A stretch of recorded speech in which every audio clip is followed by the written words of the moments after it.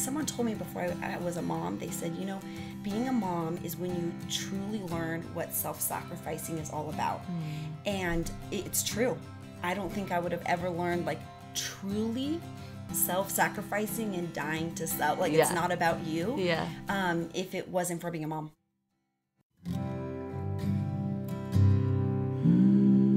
Welcome to Mommy Space. My name is Brianna Bernhard, your hostess, and I am a new mom. I selfishly created this podcast to get some advice and inspiration from the moms in my community who are doing amazing things while raising their families. I've realized motherhood is hard, but knowing I'm not alone in this call makes all the difference, and I hope you feel refreshed as you listen. Welcome to the tribe. Welcome to Mommy Space. I'm here today with Angie Twyman. Angie, welcome. As you take a sip of water, sorry. I'm sorry, Brie. Hi. Thanks for having me. Yes. For those of you who tuned into Thread the Future podcast, Angie and Travis were on that show a while back and just talking about their marriage and working together. And I'm really excited to have Angie on Mommy Space to talk about her life as a mom and now working mom of 3 kids who are grown. Older. But, in different... Don't say grown. I'm sorry. Nervous, No. No, because you're young and beautiful, and also your kids are too. Right. But just in a different stage. Yeah, definitely. So definitely. I'm excited. Yeah. Thanks, Brie. So tell us a little bit about your family and what you do for work. Yeah. So anyways, I have 3 kids, and I had them when I was young, so 21, and done before I was 25. So I had them all kind of close in age, and I had them when I was young. And there's probably good things about that, and there's probably bad things about that. But my oldest is Caleb, and he is 18 and a half, and he's in college. And he plays volleyball, crazy. And he's just an absolute, from day one, high energy, very extroverted child that just brings a lot of life into our family. That's been always a joy. Not that there hasn't been, some keeping us on our toes, but he's a good kid. And then my next child is Levi, and I have a boy, and he's 16 and a half, and he's a junior at Santiago. We're big sports people, so he plays volleyball too, and some other sports too. And he's always kind of had that personality of strong-willed, and always has kind of been determined and known what he's wanted. And so that's always been a fun parenting thing to kind of be able to try to maneuver that. But he's got such a fun sense of humor and brings that into our family, and we love that. And then I was so fortunate to get Tally, who's a girl, and you could probably do a show on just boys and girls and how different they are. Oh, that's such a good idea. Because honestly, I had the boys, and they were just so high energy and constantly breaking, and all this boyish stuff. It's just different. And you have a girl, they're so different. Really? And until you don't know. People always told me, but anyways, I am so blessed to have a daughter because she is just an absolute delight. She is 14 and she's in junior high. And she's, extremely extroverted, and she plays sports too, volleyball and basketball and some things like that too. So we do enjoy sports, and she's, it's just different with girls. They kind of just tell you everything, and you feel so a part of their lives. And, the boys are a little more standoffish, and you got to work a little more to get that with them and, that kind of stuff. So anyways, so I have 3 kids. I've been married for we're going on 22 years. Oh my gosh. We got married when we were young. We were 18 and 20. So, we kind of decided, should we have kids when we were young, or should we wait a while? And we decided to have kids when we were young. I thought that we would have them when we were young. They'd be raised and out of the house, and we'd be these young people. The thing I didn't realize is that I think it doesn't matter how old they are. Yeah. You always are a little worried about them. Yeah. And, you always are probably helping them out in life with different things. And then I work full time. Yeah. And I work full time, and I also do ministry, and then, my kids and sports and stuff. So it's a busy life in that way. But I run a church. And so, there's a lot of leadership stuff. It's not a clock in, clock out job. So that's kind of a different type of job to have and things like that. So, yeah. When did you go back to work? When you...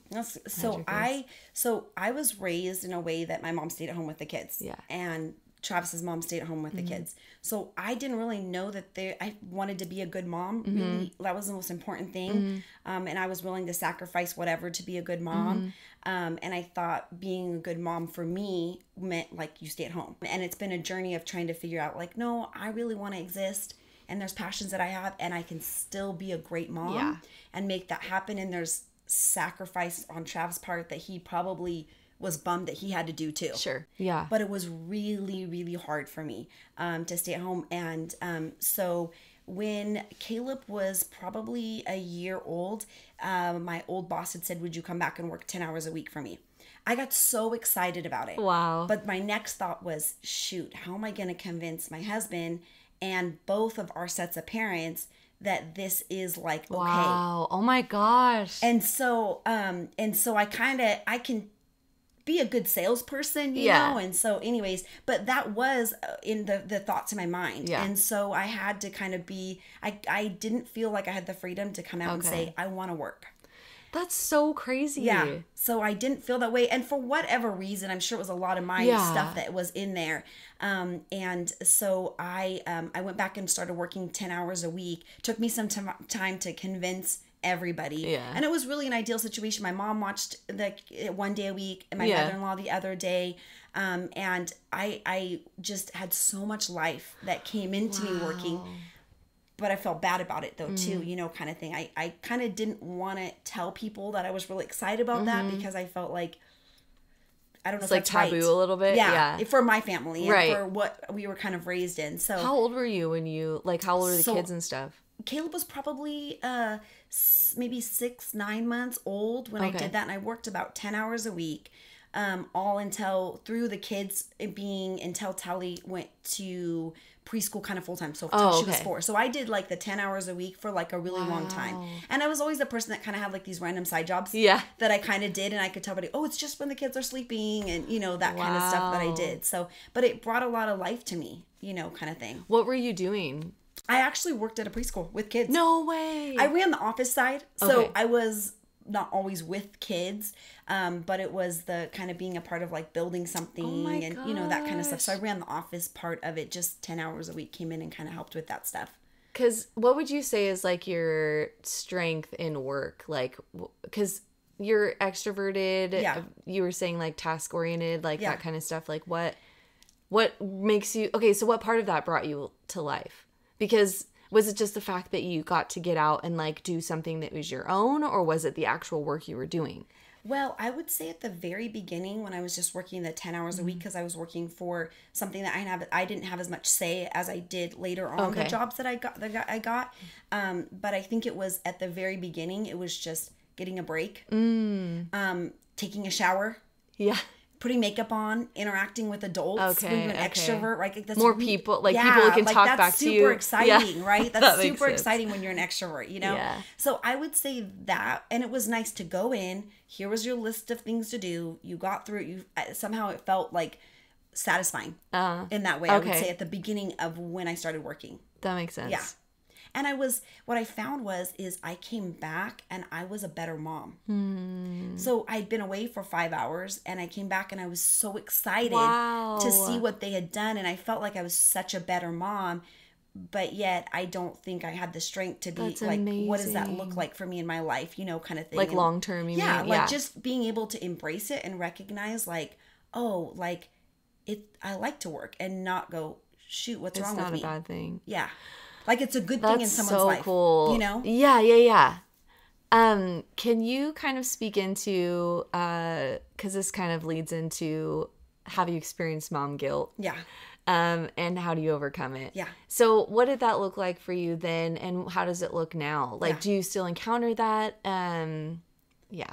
So mom guilt, in my opinion, is huge. I think everybody struggles with it. It just looks different in their lives. And I think for me, at least, it's been one of the biggest things to hinder me from being fully who I am. It's hard. I think as moms, we live with all these expectations, whatever that looks like, right? Like the Pinterest moms, the Facebook, you can't live up to being everything, you know? But guilt was big. So when I went back to work full time when my daughter was 4. And it was one of those things that I loved. And I had at this job, I had a lot more say, a lot more kind of blank slate, could totally create what I wanted to and build kind of what I want to do, which is what I love doing. Yeah. But then it was like, how do I juggle and make sure like I'm still making dinner every single night, and like I'm not, nothing's like, all the sports is happening. And I remember one time that I'd probably been working like 6 months, and it was hard because me and Travis, my husband, we weren't on the same page of me working. It was like he was supporting me, like tolerating more, maybe. Okay, but not necessarily realizing this is how Angie is created. Right? There's a big difference there, I think, in a husband and like kind of, and I think part of it is like walking through like I'm being faithful. Oh, for sure. But like I don't fully, this is not what I wanted, right? Which is a bummer for him in that way, you know? And so he was kind of at a place that I think it was like kind of like tolerating it. And I felt like, okay, I have to make sure nothing drops because I still want this in my life, and I don't want him to feel like there's any sacrifice on his part, which is my stuff. But anyways, I remember I picked up the kids from school one day, and it was at a point in what I was doing was really growing, and I didn't have enough time to do everything that I needed to do kind of thing. And I picked up the kids from school, and, Tally got in the car, and she was like, Mom, I don't know if you know, but when the kids sign up for school, there's like a big packet you have to do of like emergency cards and all this stuff.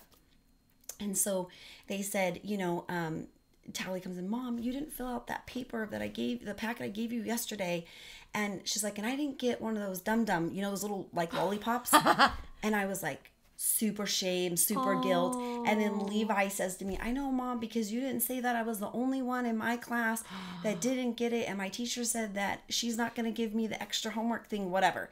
And Caleb was like, I know. And I lost 5 minutes for my recess, No way. Of course, it was in just the like moment, one after the other. I felt so much guilt, but I couldn't go to guilt and shame. I just was like, I'll buy you a freaking whole pack of those dum-dum suckers, but it was right away where I was like, I need to quit. I'm hurting my kids. I'm totally traumatizing them. They're never going to be the same. And it was really just like a very heavy moment for me. And I just felt like I can't do all of this stuff that I'm doing.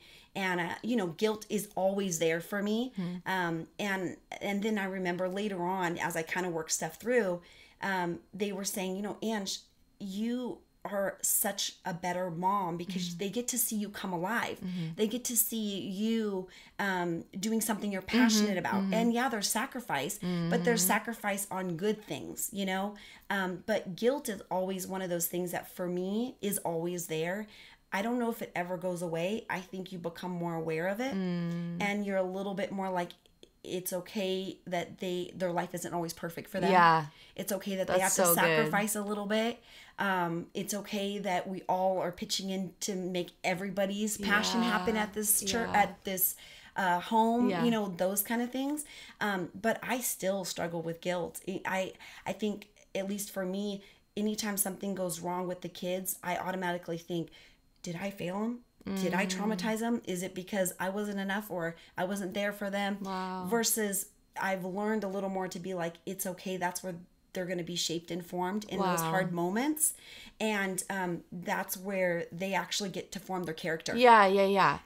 But that's it was so super hard for me. So I still struggle with it. I don't know. So like, do you have any like practical ways that you try and attack that when you do become aware of it? Like, is it just that practice of like, oh, I'm feeling this. What's the truth? Or like, how does that work for you? Or do you, you don't have to have a system, but like. No, I think before I just lived with guilt being a normal feeling for me. Just the way of life, right? Like it's just another thing on your shoulders. Like, right? You failed them because you didn't make the homemade cupcakes. You feel bad that you didn't stay up late to do that. You feel bad you didn't buy school pictures. You feel bad that you missed the yearbook sign up thing for them. And I think with walking it through and being now more aware of it, and it gives me a little more time to think about it and be a little bit more like, is that really mine to carry? Or is it okay that I go back and say, I'm so sorry that I totally missed that yearbook sign up, and what do we do now to kind of fix it? And it's okay that maybe they were the only one that didn't get a yearbook in their class. And that's their moment, right? That's their journey. And it's okay because I can't be everything to them when I think I've tried before. Yeah. Well, not to mention, like, there's just so, like, as you're saying these things, I'm like, oh my gosh, there's so much stuff that comes as they grow.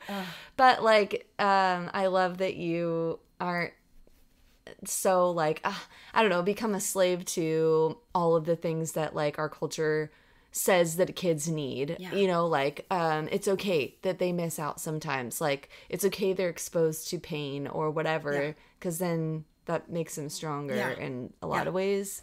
Which kind of, I think, goes against our natural tendency as a mom. And I for sure know that early on in their journey, I didn't want them to experience any pain. Yeah. And I think I tried to have them avoid it at all cost. And I think as I grew as a mom and stuff, I realized that's really where the character's formed. And not being that helicopter mom, right? Yeah. And trying to fight every battle for your child and trying to, I think we can tend to go there. Yeah. Well, especially like the millennial generation or whatever, it's like you're seeing kind of the fruit of that because we have so much access to relieving even like little temporary pain, as far as like, oh, they're crying and you don't want them to like be fussy, so you turn on the TV or whatever. Yeah. That's like not to judge that, because I get where that comes from. But just that letting would be my little soapbox too. Yeah. But I won't go there. No, go there. What do you mean? Well, it absolutely, I mean, I work with a lot of kids. Yeah. And I'm fortunate that my kids are a little bit older, so I don't, but it kills me every time I see these little kids and they're in front of a phone or an iPad, or they go in their car and they're in front of a TV. And I get it, right? I get the working and everything. But I think that kids they need the social interaction with their parents. They need that they need that 100% attention. I think it's so easy to give a kid a phone. Even, I'm telling you, like 1-year-olds know how to work phones better than me. That's so crazy. And I just think, I know it's easy, but it's like, being a mom is hard, and it's that engaging with them. Yeah. And no, that's so true. So, like, it's hard for us too. Yeah. There's something to that, building something in us. Right. And putting phones away, right? Like, so I with working, one of the things that is, yes, I did always work, but I also feel like one of the things that was always important is that when I was home, I was totally home. So my phone was in my purse. And because I chose to use my time to work when I wasn't with them, but when I was with them, the quality time was like totally there. So I was not someone that kept my phone on me half the time. I would go totally with them and make snacks and, whatever from school and bring all their friends over. And then when they were sitting down to do the homework, I'd work with them. There you go. Right? Like, so I felt like there was kind of that balance, but I think, that's so good. It's so easy to just give them, and you don't even realize it's so many, anyways. Yeah, no, that's really good. Kids need this. Yeah. More than TVs, more than a huge house, than anything. For sure. They need that. Yeah. So anyways, but I could get on a whole soapbox about I love what that, I think that does. No, that's really, I really like that. Okay, so now you're working, your kids are older. How does it look now? Like, I'm guessing it's probably a little bit easier than when they're, were really young. Definitely. But like, what are some of the things you do to kind of stay inspired and kind of balance that now? Because you got a lot of sports going on, so I'm sure you're driving around a lot of it. Well, now I would say, the thing that's inspiring is, in a way, like with having a son who's 18 and a half, and he's only my only first child of like kind of being adult to a child, being a mom to an adult child. But you get to see, like, me and my husband will talk about this, like, for 18 years, you've sowed these things in to him, or you thought. Now, I never saw a lot of fruit in a lot of things that I was like working really hard to do, right? And then it's like all of a sudden you get to see those moments, right? Like for 18 years, I would tell him, girls don't, like, it's nice to carry the groceries in for women, right? They don't, like, it's nice to do that stuff. Take a bag in for him, and never really saw a lot of fruit there. And then all of a sudden, a couple months ago, he's like, well, Mom, let me get that bag for you. And I'm like, oh, there's the moment that I've been waiting for 18 and a half years, The fruit is grown. And I think when they're younger, you get to see that, right? When you're working on a behavior, right? And you're like trying to work on something that you think is a behavior, and you start to see them change. It's so inspiring, Mom, because you literally get to like raise and have an impact on hopefully world changers. Like world changers is what you get to do. And that's amazing, you know, and that's inspiring, that you get a little thing to mold and to be able to, you know, create, to help be a part of amazing people's lives that hopefully will be 100 times better people than you are, you and your husband are. Yeah. You know, and to see that fruit with, be it if they're little and you're doing, you know, whatever, sleep training, and you're super stoked about it, you know? Yeah. Or be it that when they're young, you get to relive life through their eyes. You know, I think you get to do the best. Like, you get to kind of figure out what you didn't want in your childhood. Yeah. And what you wished you had. Yeah. And it's, you know, you don't walk by rocks anymore. You're like, those would be so fun to skip on the river. Oh. You know, like, you get to see the world through their eyes. And I think that's super inspiring. Yeah. And that's super fun and, you know, all that kind of stuff. Oh, that's so good. Yeah. Do you have, I mean, this kind of plays into my question as far as what kind of legacy you want to leave to your children. I mean, it sounds like a little bit like your legacy is your children. Yeah. To an extent. Totally. Like, but I hope. Yeah, but like, do you have it? Yeah. You know? Totally. That's what your prayer is. But yeah, I mean, I would hope that some of the stuff that I've journeyed through, that like Tally would feel like she can do what she's created to be able to do, and she doesn't have to be limited. You could be a great mom and you can still work.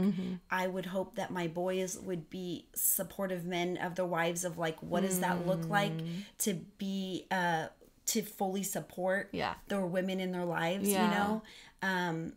So I would hope that what I would leave is kids that are passionate, or adults, I guess, but that are passionate and that love big, that dream big, and that are world changers, that are willing to step into what that gap is in the world, and are willing to say through some hard things they've lived through and good things, to say like, I want to make a difference, I want to change, and I want to make an impact on this world and leave it better than my mom and dad did. Yeah. You know, I don't know. That sounds pretty awesome to me.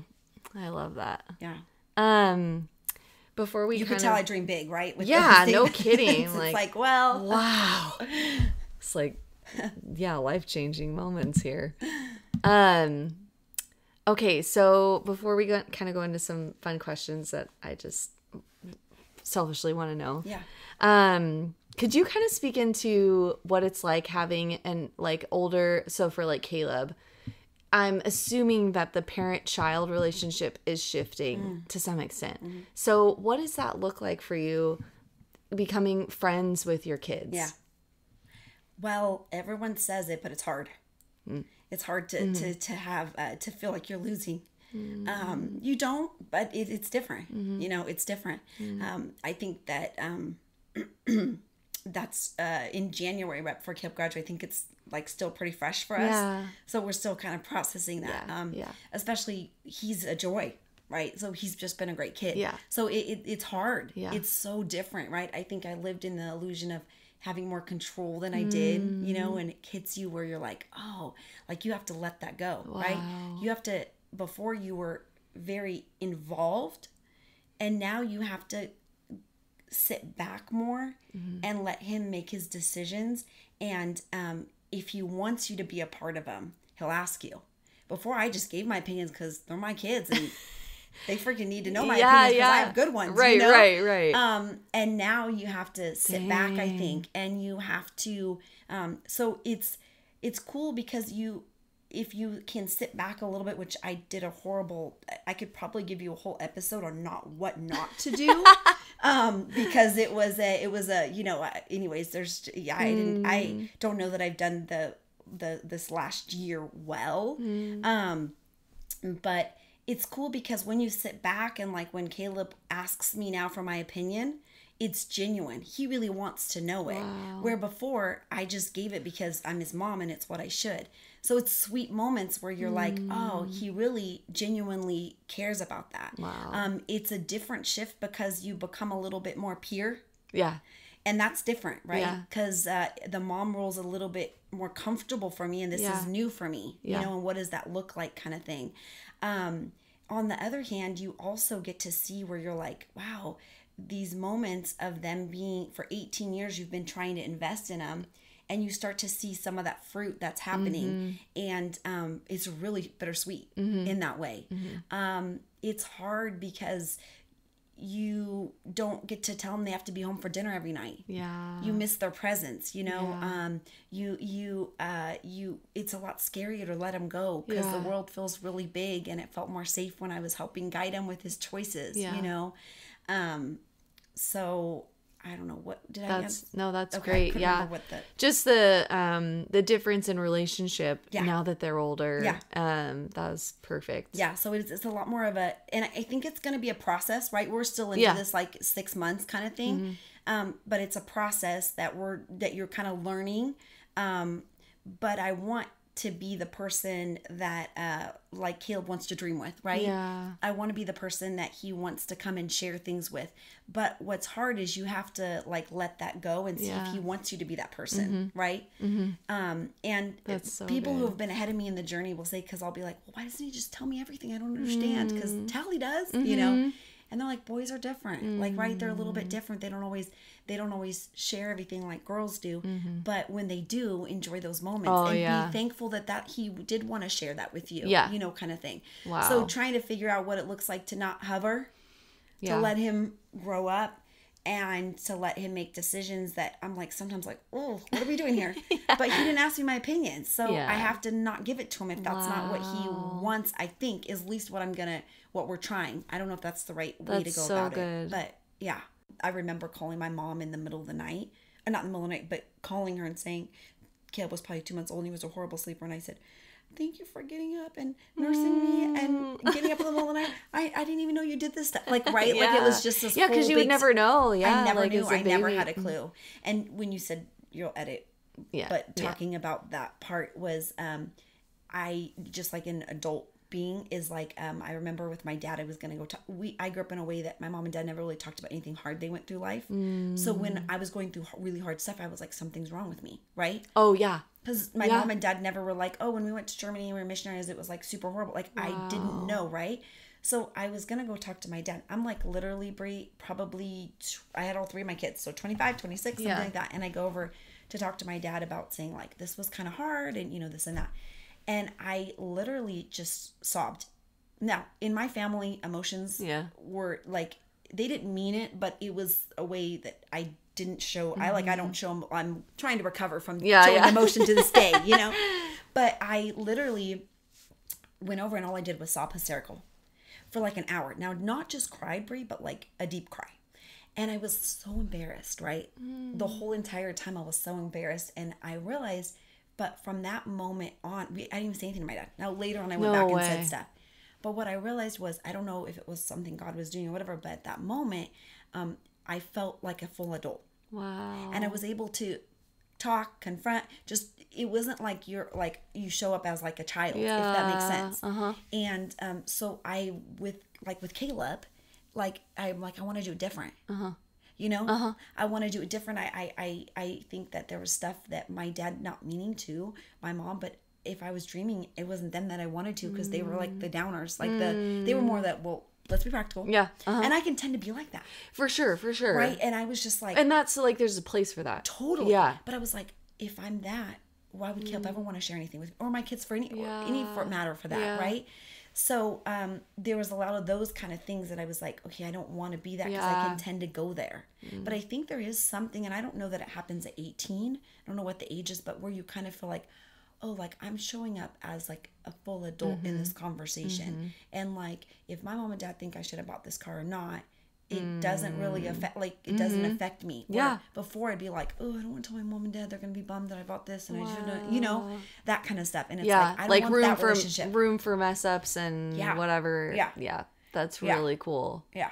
And I can tend to be the mom that's like, I mean, on a complete side note, literally the raising Caleb with this last stage, I wanted him to get a job so bad. I had spreadsheets with little graphs of this is how you check in. That you always talk to the manager. You always shake their hand. Yeah. This is what you need to do in interview questions. This is how you... I mean, I was so obsessed that my relationship became that. Yeah. And now, as Caleb's trying to get a job, he doesn't want to talk to me about getting a job. Yeah. Because I kind of screwed it up. Yeah. Right? So I got to sit with that. Oh my I didn't mean to. But you know what I'm saying? That's so, I mean, it's just so cool hearing you talk because like you seem it like in such a healthy place mentally and emotionally. Like this is what it is. But you're not like vacillating to like what your parents did. Or, I mean, obviously, I'm sure there's good. Yeah. Right? And like doing and then, both. It's just really refreshing. Trying to take the really good of what my parents and Trav's and then saying, and what could we have. This is what we want. Yeah. How do we get to it? Yeah. I love that. Yeah. That's so good. Yeah. Okay, cool. That was great. Thank you for going there. What would you say is a favorite product maybe that you use for yourself or like with your kids? This is probably a little bit different because when I talk to young moms, they're like, oh, pacifier. Yes. Like, you know, stuff like that. This is like, and you can share if you had one when they were young too. Yeah. But I know one mom said something about like, oh, no, I can't remember. Oh, it was like lotion, a special lotion. Oh, cool. And she has 3 kids. They're really young still. So something like that you really love. I think it's a great question because I think as moms, like we're all about like at least networking with each other, right? Like what's the best thing? Like like how did I don't want to waste my money. Like, how did you? But I don't know. I guess if I would say this is probably something everyone has now, but I'm telling you, the best thing in the world is these liquid stitches, liquid Band-Aid stuff. Oh, so my kids. Because they were super active, it saved me so many ER, like urgent care trips.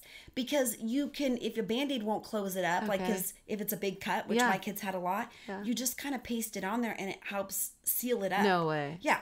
So I don't know. That's awesome. That stuff was really big because we always had pretty good sized cuts. Yeah. And if it wasn't, the rule was kind of like if it wasn't on their face, we didn't really we try not to take them in. No, that's great. So, you know, there was liquid probably stitches. Multiple times now where you look back, you're like, we probably should have gotten them stitches. But it saved us a lot of money. Yeah, no kidding. And a lot of time. And it was just like this liquid stitch, like a paintbrush that less you kind of like. Painful too, huh? You left with a scar maybe? It's a little bit painful because it's like a little bit, whatever the clear stuff is, it burns a little bit. Oh, okay.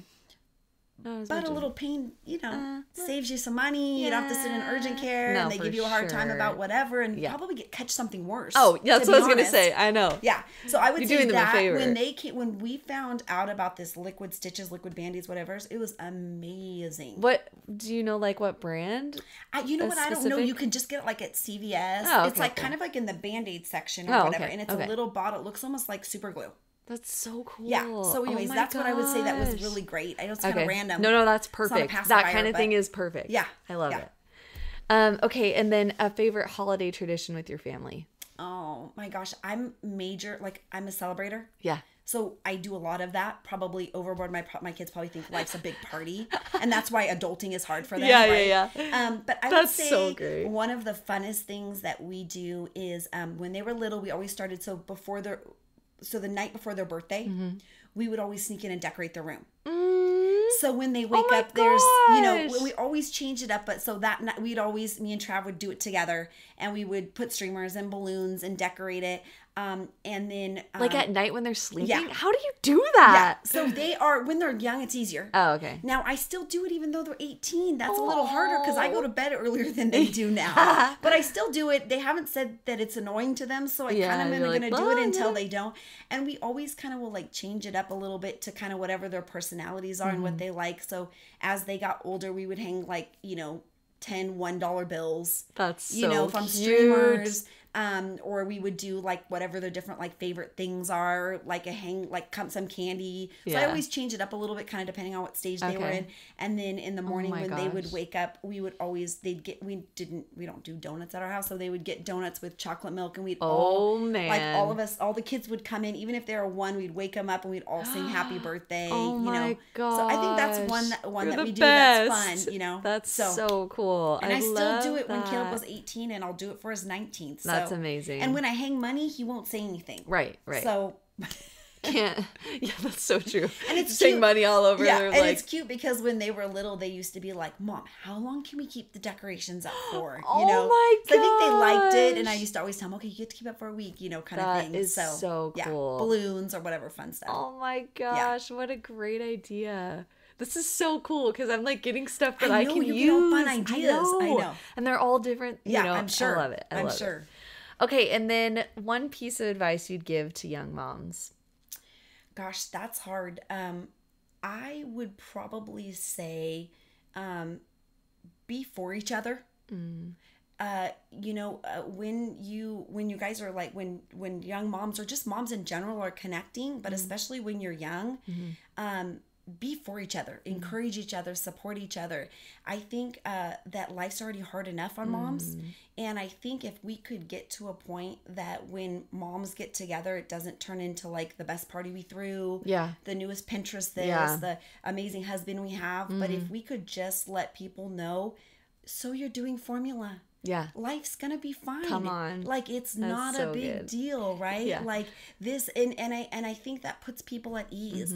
But I find so many times, and I do this all the time, but where it's my insecurities, and I'm like, oh, well, I breastfed my children. Right. Like, right. No, for sure. You already can see the guilt and the struggle that mom is having because she did formula, or you know, she has to work, and or her kids are in front of the TV for 5 hours, like like totally. If we could be secure and encourage others, I just think that it would be life changing, because I think it's so hard to be a mom in general, and I don't think anybody shows up saying I'm gonna be a crappy mom, right? No, I think we all are trying to do the best, and I think if moms, we could just be for each other and then encourage each other and kind of put our insecurities aside and just really support whoever's in our lives.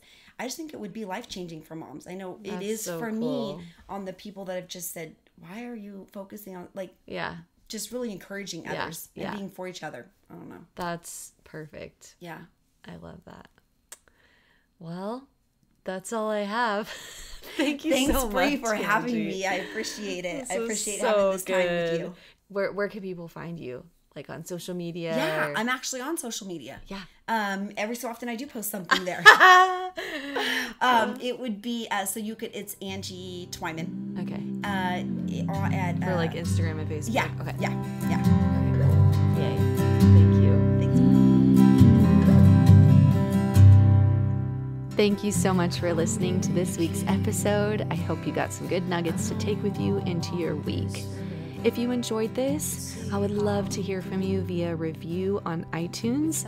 This way we can get our amazing moms' stories out to more people and grow our community so we can all feel more supported. Also, you can check us out at Mommy Space on Instagram, Facebook, and mommyspace.com to find out more about our guests and to connect with them as well. If you have somebody that you think would be a good candidate for the show to interview, I would love to hear from you as well. You can email us at mommyspace@gmail.com. I hope you have an amazing week. Bless you. You are enough.